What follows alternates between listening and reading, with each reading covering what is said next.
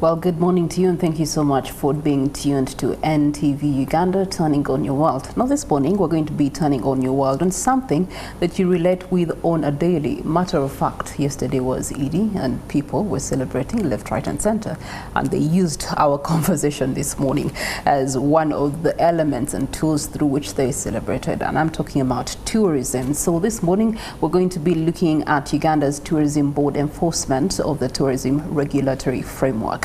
And of course, this program is brought to you by the Uganda Tourism Board. Now, just to give you a preamble, tourism is one of the 4 priority sectors for us as a country here in Uganda. It actually comes number 2.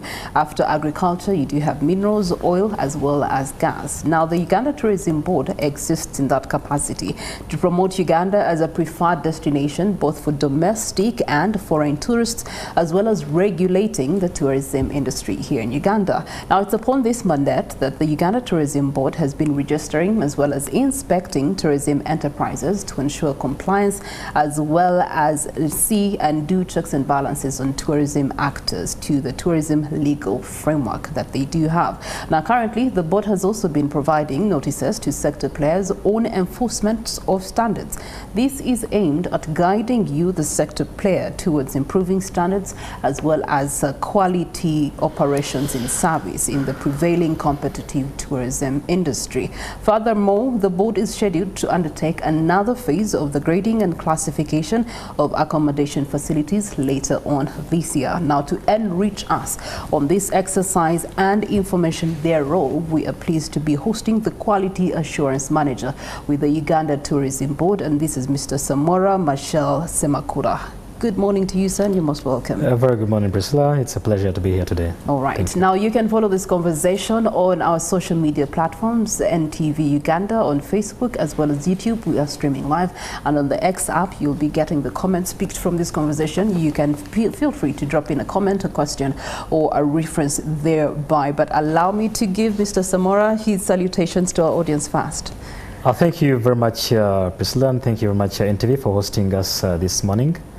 My name is Samora Machel Semakula, and I'm the Quality Assurance Manager, like you rightly said, at Uganda Tourism Board.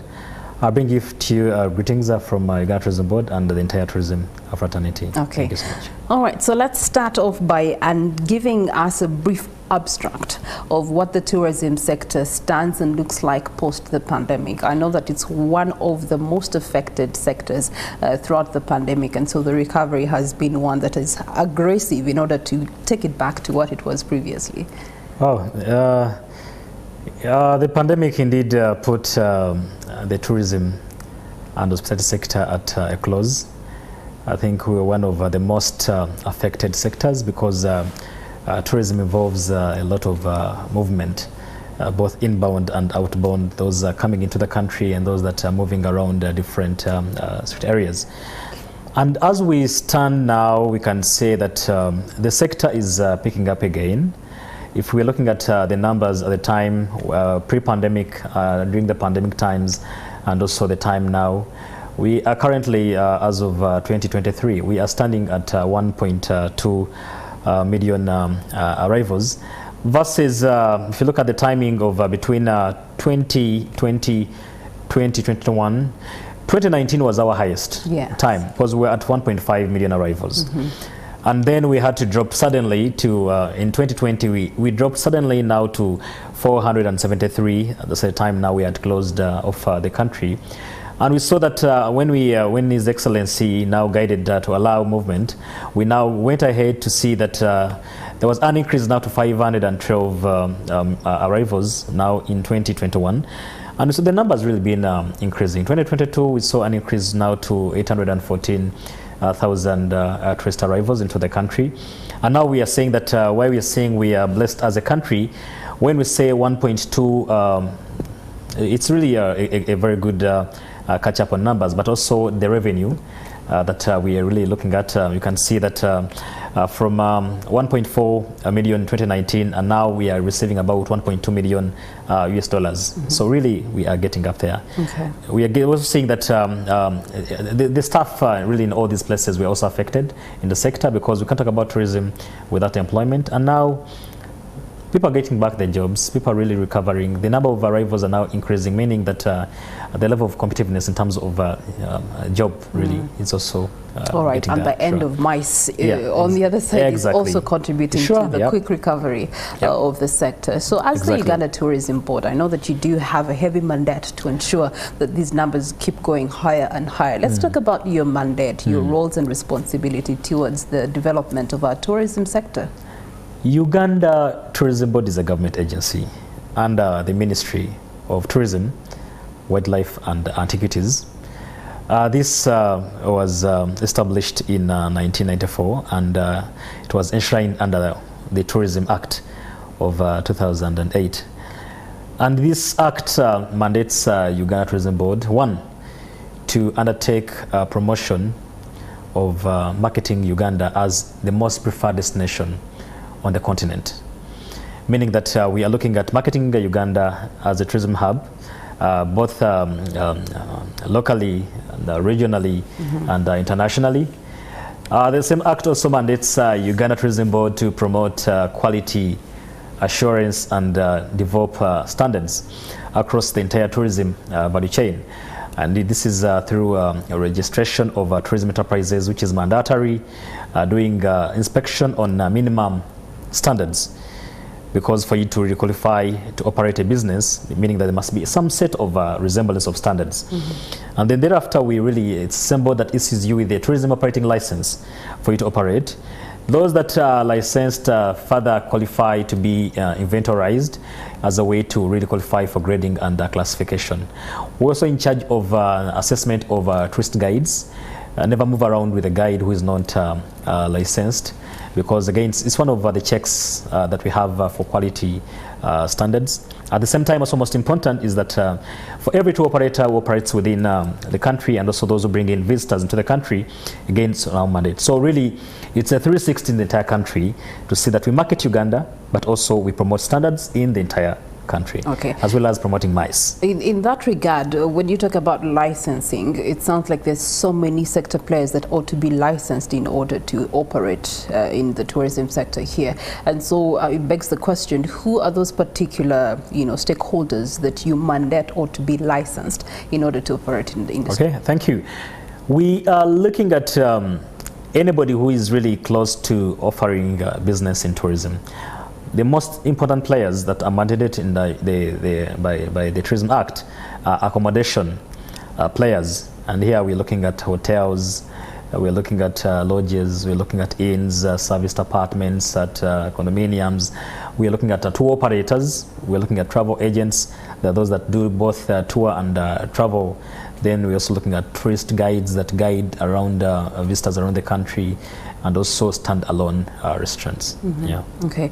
Now, I know that you are conducting an exercise into which details we're going to get into later on, but I know that you had a first conduct about 2 years ago, and in your capacity, what has been the compliance of those sector players to ensuring quality and standards being maintained? There are different levels of compliance and different levels of checks and balances. We can see that they upscale in the last 2 years. If you look at, there are two things. If you look at the pre-pandemic and during the time of pandemic, and what happens post-pandemic, the level of compliance pre-pandemic was, there was a low compliance, but because of the demands and different interests in the subject during the pandemic, which required now to upgrade on standards and also fulfill and comply on standards, we saw that the rise in compliance now increased. And now we can say that post-pandemic, we can say that as a board and support with all the other line agencies and the private sector, we are getting there. We are there. Okay. So as the Uganda Tourism Board, I know that you're getting into an exercise that is to ensure that these standardizations do continue and the compliance does continue. Let's get into the details of that. The exercise that Uganda Tourism Board is focusing on is, we can classify it to be an enforcement exercise, and enforcement of the tourism legal framework again speaks to what I've just mentioned above. For the different segments, all restaurants have to be licensed. all accommodation sector players. So long as you have 1 or 2 people that are residing in your residence and you're calling it a tourist residence. Yeah, I was scared for a moment. I said, hey, my home, I need to license my home. No. So long as they're paying at the end of the day. Right. If you're a tour operator, if you're a travel agent selling out tickets, wherever you're located, at whatever scale, this is an exercise that is targeting you. So what is key here is that there are different layers. Uganda Tourism Board works alongside with the private sector, first of all, most important, because the private sector, each of these segments has their own leaders. If you talk about accommodation, the biggest stakeholder here is the Uganda Hotel Owners Association, which also champions a co-regulation approach, because they also want to have membership for those that are really enforced and are compliant. The tour operators have the Association of Uganda Tour Operators. They have the Young Uganda Tour Operators Association. Then if you go to the guides, the guides also have many associations, the Uganda Safari Guides Association, the Tour Guides Forum for Uganda. But all these are really engineers to see that the agents have to gather, but all these really push to see that enforcement is done. We have security as a key element. But before we go into closing, in terms of compliance, we are going to send out teams, starting with Kampala metropolitan area that covers 18 policing divisions. Kampala, Kajansi, Entebbe, Kachiri, Wakiso, Nansana, all these to mention but a few. We are now to be more of a shall do more of sensitization. But now we give you a 1 month to comply. If you don't comply within the 1 month, we are now working with... And this 1 month is after sensitization. Exactly. Or does it include sensitization?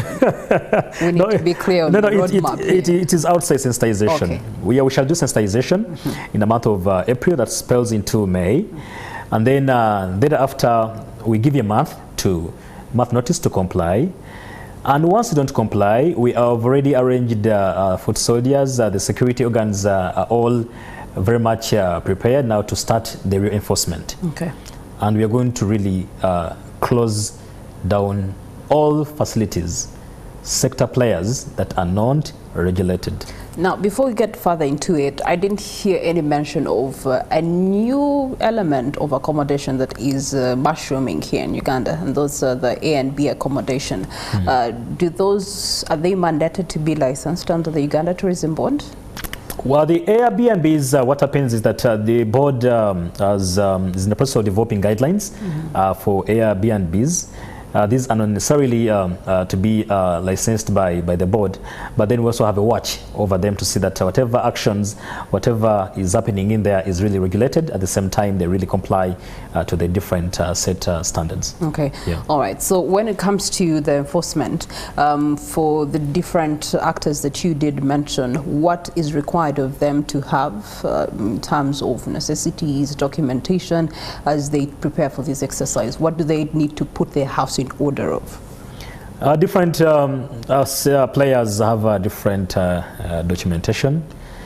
Just to be give a brief on that, if you're looking at to be a tour operator, must have a certificate. These are really mandated statutory documentation. You must have a certificate of registration, meaning that there is proof that you're paying taxes. There must be a certificate of incorporation, meaning that the business name and the trade name you're using, really, at the end of the day, URSB is aware that you really exist. So government really is aware that you exist. We also look at certified and professional tour consultants on ground. I don't want Priscilla to go to a company X to get to secure a trip, and it is wrongly costed, where you pay $100 and then you reach in the field to watch. You want to watch gorillas, or want to really to have gorilla tracking, and where a permit goes for $700 now $800. At the end of the day, someone is costing it at $200. That's why we need professional people, personnel, and who are really trained on job to see that they really understand and take care. But also physical location in terms of office space is very important, because we have to locate you and physically see that you are branded, and your office really, because tourism is about impression, so it must really be a question of impression. For the tourist guides, we do assessment. So these have to really have a lot of product knowledge in terms of whatever they're doing. They are assessed, and then we issue them with the license. If they are travel agents, same documents that apply to. But over here, these are more now dealing with ticketing, where they use different softwares on ground, whether it is a global distribution system like Amadeus, like the Galileo systems. If it's now an accommodation facility, again, here there are many things that again we look out for. But most important, we check out your locality. Where are you located? What kind of human resources are you using? What kind of facilities are you using? Basically, we are there to check that you have an occupational permit that also allows you really to host and have and delegates, whoever is coming to your facility, really say that yes, there's a point of comfort.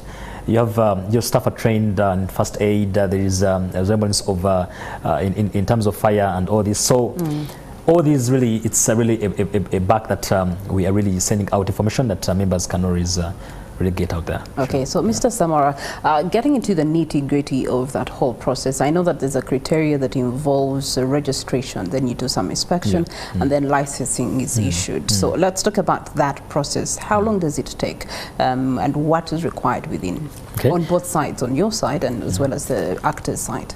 The board has what you call a service client charter, and this guides registration of a company is done in 1 day. That's done online. There's a system to that. That's how effective we are. Inspection, that's by law, a facility must be having a tourism operating license from the time of registration, which is 1 day, to the time of a licensing. That takes us 14 working days. So meaning that we have to have you registered, you have to be inspected and be having your license within 14 working days. Okay. So all this registration, inspection, of course, this is takes more of it's a detailed approach where we now go to physically to a facility to interface with you on ground and also do another 360 understanding and appreciation of what is on ground. And then inspection, again, these are e-licenses that we really issue upon satisfaction that you have fulfilled what is required. Meaning that whoever has a license, they have satisfied the minimum requirements. That when you go to these facilities or when you make use of my service as a licensed company, then we can say we are good to go, and we can assure you that you will really get comfort and value for your money. Okay. Sure. All right. So let's talk about the value enforcement. I know that Ugandans are very sensitive to enforcement. You have to take them carefully. So draw us the working relationship between the Uganda Tourism Board and its enforcement through the different other core regulatory partners that you're having on board through this exercise. What is actually interesting here is that it's not the first time we are coming up with the enforcement exercise. It's not the first time we are announcing that we shall be undertaking enforcement. We have been growing out gradually, especially the pandemic really affected so many enterprises, and there's really a lot of room required for them to recover. That's why we gave them some time and some years to see that after now 3 years, we can now say that we are getting there. We have tourism police. Tourism police is under the Uganda Police Forces, and one of their mandates is really to oversee and provide safety for our tourists. And they cannot provide safety for in facilities that are not compliant or are compromised by their minimum standards. Then we also have we're working closely with the internal security organization. We shall be we are also working out with the regional police commanders of the country. Already these have already been onboarded in terms of capacity building. All the DPCs, OC, CIDs, OC stations, really. But we really want to only go there when we feel that a facility has really failed to comply. And the facilities that fail to comply, because there is no reason why you shouldn't comply.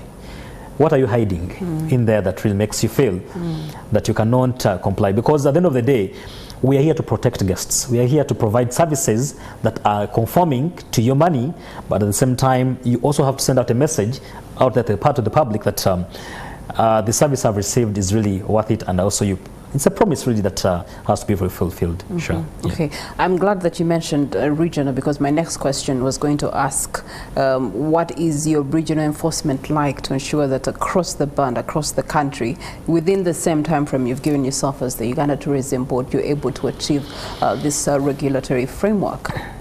We have divided the country into 4, but most high concentration of visitors is within Kampala metropolitan, but also now that's not just concentration of facilities, but also speaks out to the rest of the tourism district areas. Because if you see that where we have the concentration of our national parks, within those areas, you find that there are a number of facilities that are hosting and helpful to the tourists. What is going to happen is we are going to start with a preliminary exercise of having Kampala metropolitan area, and here we are using policing divisions, which are 18 divisions, and these now shall inform the courses of action. Meaning that once we get started, we want now, before we embark into the countrywide enforcement, we want to send out a message now to the rest of the public out there that yes, we are now here, please get your houses in order. So at the end of the day, it's a benefit of really of no confidence that once we get Kampala clean and Entebbe clean and get Jinja clean and also the other areas, then the same formula shall speak out, because all these other areas have different regional commanders plus also tourism officers that also feed into the mainstream organizational enforcement. All right, in order to go forward, of course, we must look backward and see how things worked out in the previous inspection exercise that did take place. What were the achievements, what were the ticked boxes, and also what were the challenges? We can ably say that one of the biggest scores here is bringing in stakeholders, creating awareness for the need. Because one would ask themselves, what are the benefits of me complying with the framework?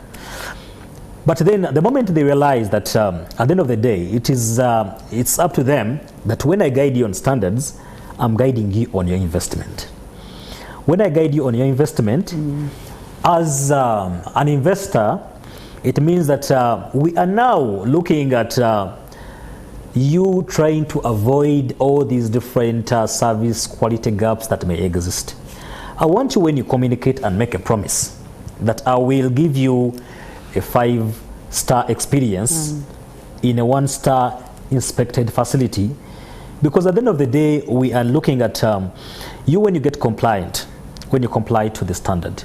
It's not really to the advantage of just Uganda Tourism Board. Because Uganda Tourism Board and the government of Uganda is investing in a lot of resources to market Uganda, to sell out Uganda.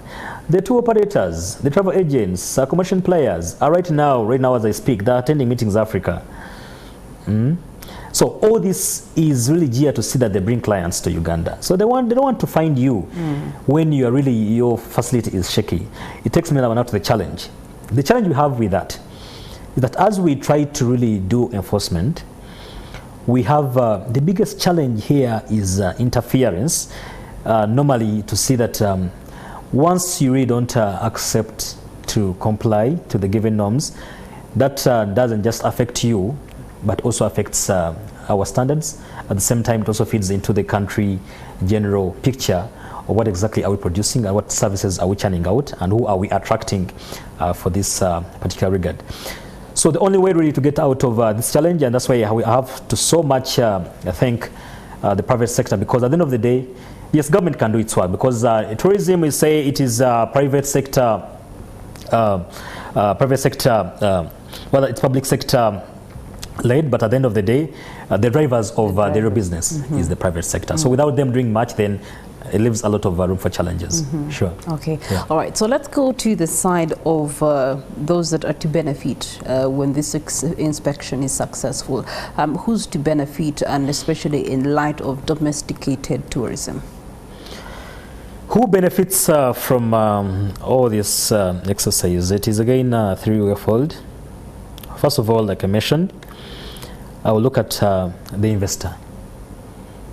Because at the end of the day, when you are inspected, you are meeting minimum standards, you are licensed, then we come conduct maybe an inventory on you, maybe we take you for grading.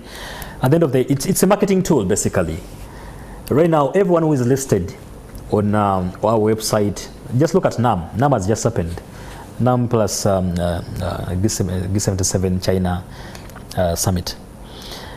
There's no way we could allow delegates to sleep or stay in facilities that are not licensed.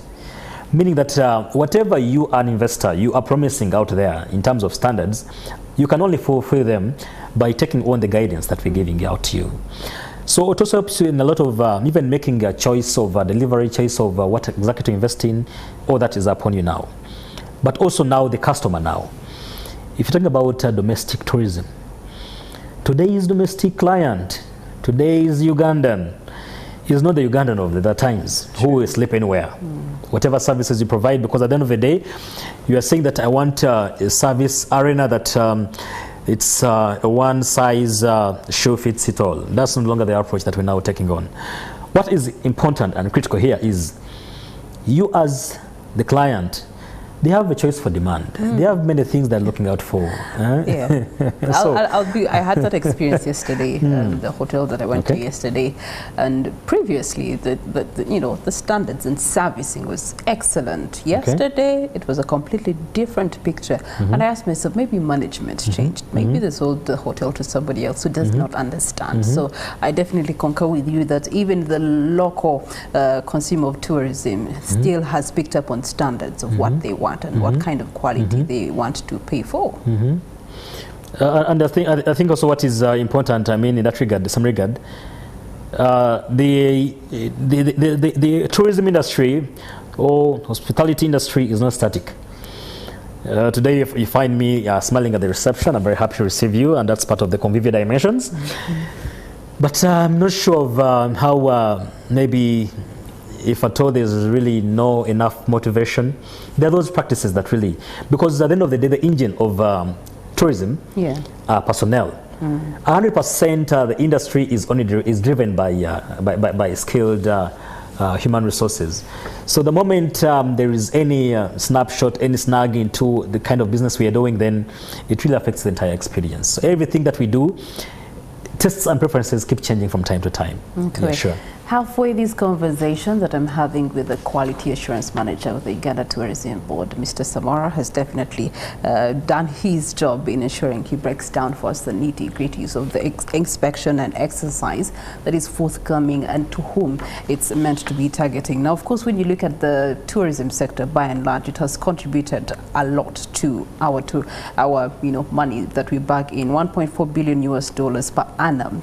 When you look at the foreign exchange generation, it's employing about 600,000 people directly and an additional 1 million indirectly, including myself. All this I like that. tourism. Sure. You look at the arrivals he mentioned earlier, now 1.2 million arrivals. We are slowly going back to the figure that was in 2019, or even perhaps by the end of the year we can surpass that figure. Sure. When you look at national park visitations, 387,000. And so the numbers are quite promising. The figures are improving. The GDP in percentage, 4.7. That is something that we definitely commend the Uganda Tourism Board's role in ensuring that all these numbers keep upgrading and upgrading. Now, if you do have a comment or a suggestion or something to say about this conversation, just drop it in the comment section on Facebook, on YouTube, as well as the X app, and we'll be engaging with you later on. In all of this, it begs the question, what's the ripple effect of the quality and standard assurance that the Uganda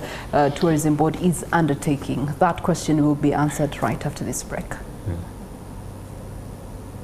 Our talk show here in NTV Uganda does continue. I am Priscilla Regina Naluaga. Of course, it's brought to you by the Uganda Tourism Board. We do have the Quality Assurance Manager with us, Mr. Samora Machel Semakula, who has been very good at breaking down all the nitty-gritties of information bit by bit to every concerned party in the upcoming exercise, which is under their mandate as a tourism board to ensure that there's quality assurance and good services and standardization that is respected across the bar. And of course, he has mentioned things that have been coming up, grading as well as classification. Now, we want to get into the understanding of what those are, because I know post-COVID-19, we do have some new sector players that have not yet seen the wrath of inspection, registration as well as licensing, and they need this information as well. So, Mr. Samora, in regards to the journey so far, let's first go back to understanding what is grading and what would you consider classification for a layman or an operator in line of the sector.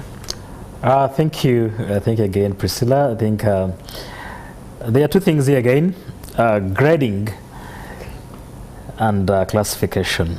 When you talk about grading is a full process by which a destination, now in this case it is Uganda, we do categorize and evaluate the different standards and performance of facilities as per the star rankings.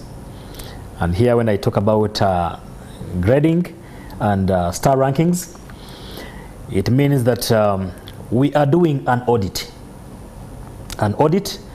of two things, what we call procedures or procedural dimensions in terms of flow, in terms of services, in terms of amenities, in terms of user friendliness, in terms of equipment and all that.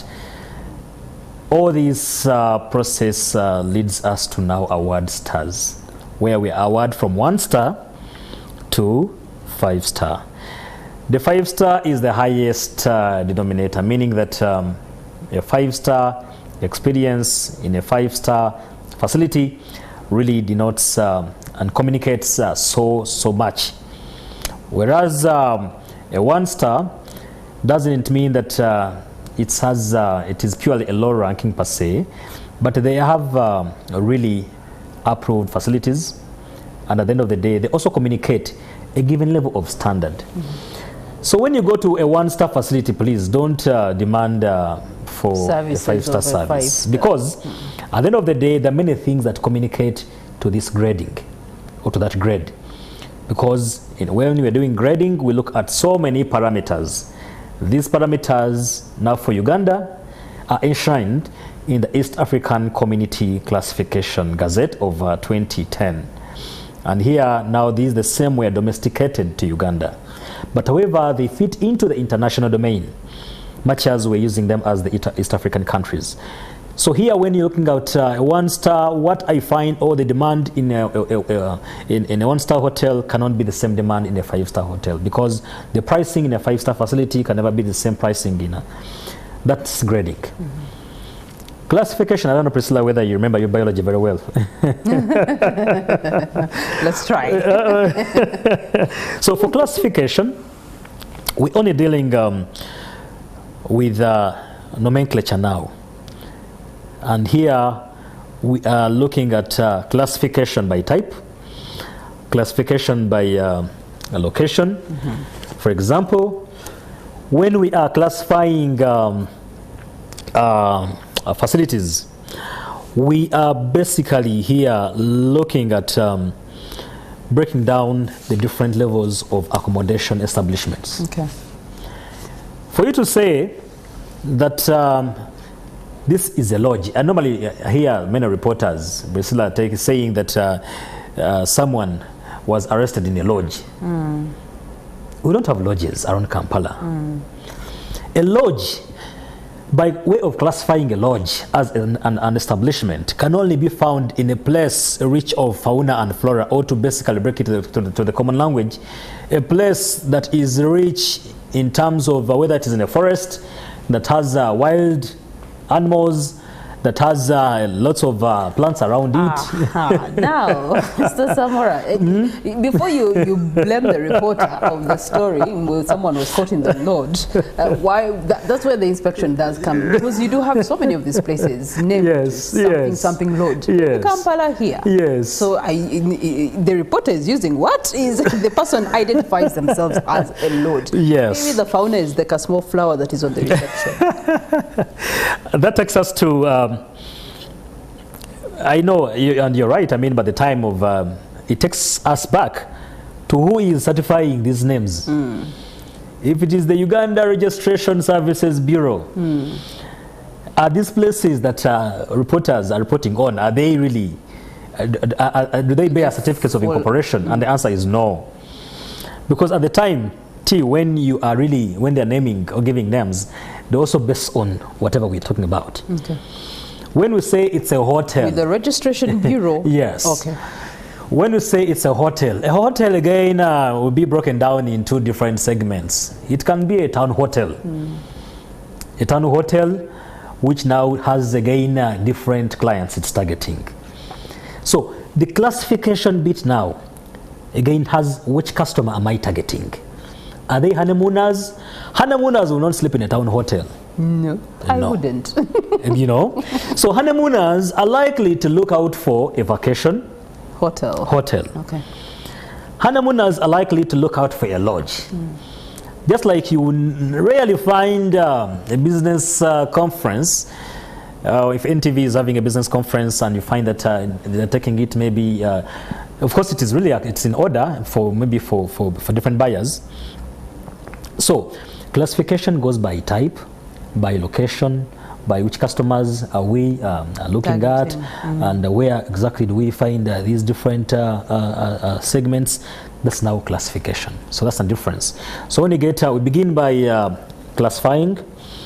When we classify, now we go ahead and measure up different grading, and all these have different. Okay, so it's first the classification. Yes. Then after you've been classified, then you'll be graded for that class. Exactly. Okay. All right. That's interesting. And I think please let me be just it again really puts now really pretty much a lot of information now, because before, when we produced the star ratings, there were lots of misconceptions amongst the public, which they're right, because we have to give information. Which are some of these misconceptions? Where one confuses, how did you grade a Motel X?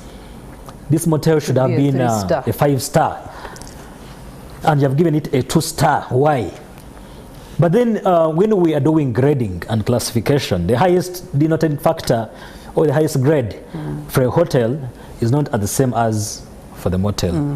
And the criteria are really very much different criteria that we're using for all the different segments. Thank you so much. This information is very, very important for both the sector actor, but even us, the consumers, to understand that we shouldn't be putting the bar so high. When we are seeing a motel, we should see and look for the standards of a motel. So in regards to classification and grading, what are the processes like, and how are you implementing this here in Uganda? The process of undertaking grading of facilities break it down into 3 different phases. The first phase is where we have a pre-classification phase, where we do a lot of public awareness. We do a lot of massive sensitization and also communicate standards, like many have already seen in papers of wide circulation. And all this again stems back to, are you registered? Because before you're graded, it begins with the registration. Are you inspected the minimum standards? Are you licensed? And then thereafter we go into what you call an inventory exercise. Again, to break down inventory, for us to do an inventory, we are taking stock of how many facilities, of what caliber, of what quality are we looking at for the next process of grading. So therefore, when we are undertaking an inventory exercise, like one which has just been completed, we subject you to what you call essential elements that a facility, for you to qualify for grading and classification, you must have scored 100% without any room for negotiation on these different essential requirements. Some of the requirements that we look out for are the occupational permit. We look out for the valid operating licenses that are given by local authorities. We shall look at the drainage system, room designation in terms of having clear labeled rooms, such that one can easily know who is sleeping in room 1 or 2 or Y, X, and Z. And then there must be a safe deposit in every room. There must be a wash and basin at the kitchen as a way of hygiene. Every kitchen, even if I think even we encourage you to even in your homes, have a wash and basin as a bare minimum, such that one doesn't just walk out of the washroom and then just comes to the kitchen without. So this is at the entrance that every staff is entering a kitchen must really be subjected to washing their hands. There must be wastage and refuse disposal, sewage treatment, vermin proofing. I don't want you to really go into a highly rated star and you see cockroaches, you see rats. Trauma.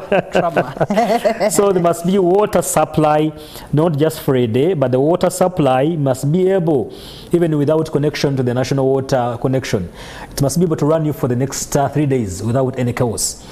I've seen places where you go to and there's no water, someone gives you a jerry can.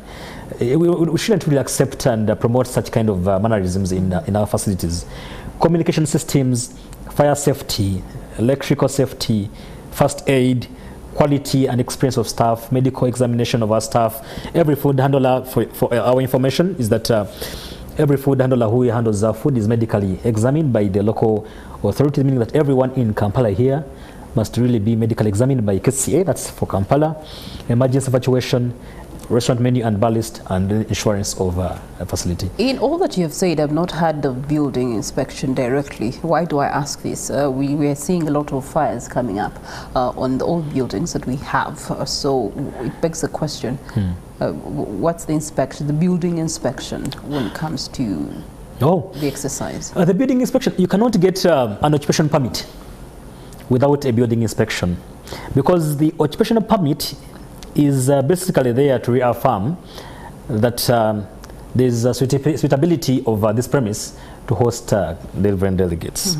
And meaning that when you do an occupational permit, which is really a must-have, meaning that they have already checked a number of whether you have an evacuation plan, whether the size of different rooms and all these, what is your bidding plan like, does it also feature into the different fire and safety communications and all these different drainage in terms of, so all this, by the time we now have this permit given to you, meaning that we are really home and drive. Okay, all right. Yeah. So I know that phase 1 is done and dusted. Let's talk about the incoming phase. What's the roadmap? The incoming phase, like I mentioned, that at the time of when we do an inventory exercise, now we do what you call on-site assessment. And again, now here we are looking at now the actual classification. And here for the actual classification, we begin by the roadmap starts with us again, we place a communication that we are here now really disseminating out information on classification. Now we say that you qualified for under inventory, you now qualify to be classified as an establishment. So now we do an on-site assessment, which is not done by any other normal Ugandan or any other person of reasonable capacity, but it's done by East African Community Certified Assessor. So for you to do classification, it's only done by those that are being certified by the East African Community. Meaning that it may not be a Ugandan this time. You can have Kenyan assessors come into the country. They can be assessors from Rwanda. They can be assessors from Tanzania, to mention but a few. On-site assessment now here shall involve 3 different assessors with a member of management, and we usually spend a minimum of 2 days at a facility because it takes us an all-round approach. It's a detailed inspection of another kind. It's another audit of another kind, where we do really a lot of rigorous, very robust inspection to the detail. that for you, when you are coming in to say and comment on TripAdvisor as feedback, you're only saying that 4.5 stars. Exactly, you are saying 4.5 stars. With accommodation. Exactly. Yeah. But by the time you say that it is a 5 or 4.5. And you know, when you mentioned that, some restaurants, yes. and I know big restaurants, have picked up on the habit of, after you've had your meal, they kind of force you, to make a comment on such platforms so that they look good, when in reality it's different. Well, the forcing bit, when you have not enjoyed your meal, I don't think anyone would really put good news there, because many facilities actually one way of building their capacities, but also providing they really embrace so much feedback, and why they do that. And we so much encourage every facility to have that, because they're testing for 3 things. Why they do that? The first thing they're testing for is whether the service, the existence of different parameters were really met, different dimensions were really met, where there was when you went to the washroom, were they really hygienic. They're really doing a lot of time testing to see that whatever is in place is really matching to the standard. Was it inexistent or completely non-existent? So what exactly is, was it consistent or inconsistent in terms of service delivery? How was the service flow? How long, when you sat down, how long did someone come maybe to walk to you? So all this is really part of feedback, and really encourage all facilities really to have such kind of feedback measures. So, but don't push me to really give positive feedback when really there's something negative. Yeah, so I was coming to a point where that when we get such feedback, by the time you say 4.5 on TripAdvisor, don't be misguided that by the time you come to a hotel, I've already done my job. I've already done the necessary assessments, that I go to places where you don't reach. I've already taken measurements of your mattress.